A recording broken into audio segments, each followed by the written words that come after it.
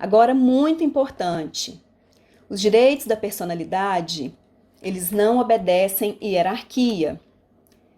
Com isso, surgem várias polêmicas. Diante da dignidade ou da vida, qual prevalece? Diante da vida, da liberdade de crença, qual deve prevalecer? Né? Se não há hierarquia entre os direitos da personalidade. E uma polêmica muito conhecida é sobre a transfusão de sangue para testemunhas de Jeová. Por quê? Muitas pessoas, muitos religiosos, falam que do que adianta a vida se vai ser uma vida indigna. Então prevalece a dignidade com a liberdade de crença ou prevalece a vida dessa pessoa? Né?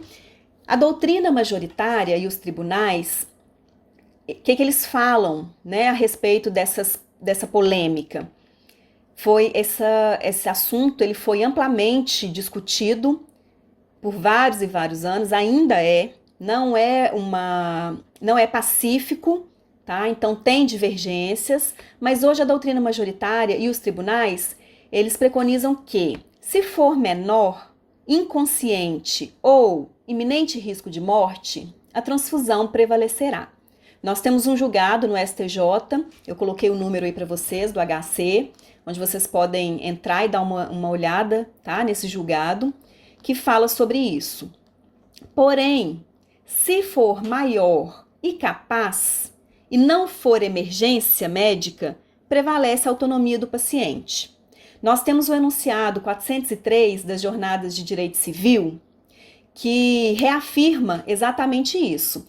Esse enunciado fala que o direito à inviolabilidade de consciência e de crença, previsto no artigo 5º, inciso 6 da Constituição Federal, deve sim ser observado com os seguintes critérios: a capacidade civil plena, então a pessoa precisa ser maior, capaz civilmente. A manifestação de vontade deve ser livre, consciente e informada. E a oposição que diga respeito exclusivamente à própria pessoa do declarante. Então, eu posso declarar por mim mesmo, não posso declarar por outra pessoa.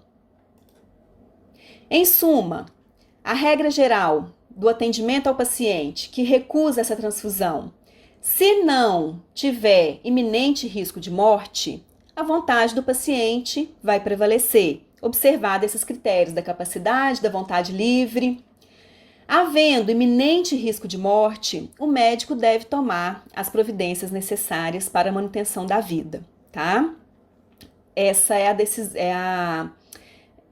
o entendimento que nós temos, né, majoritário hoje.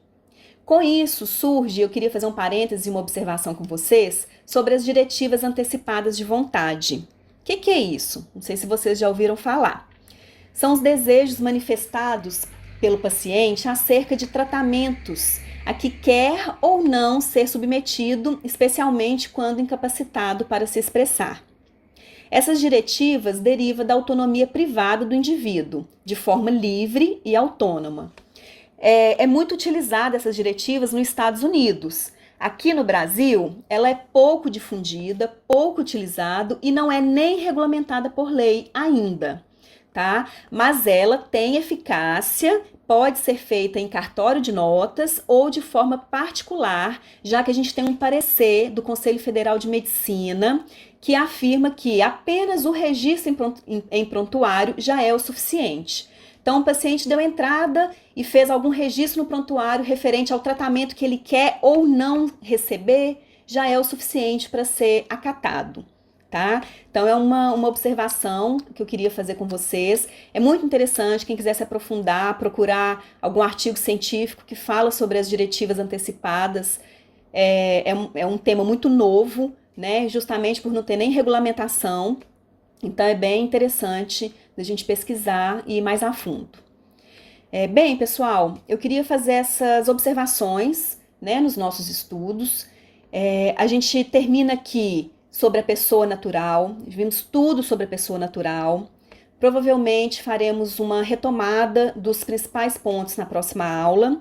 E esse material até aqui é o que cai na N1, tá? Na próxima aula, A gente vai começar a ver sobre as pessoas jurídicas e já é matéria para a N2.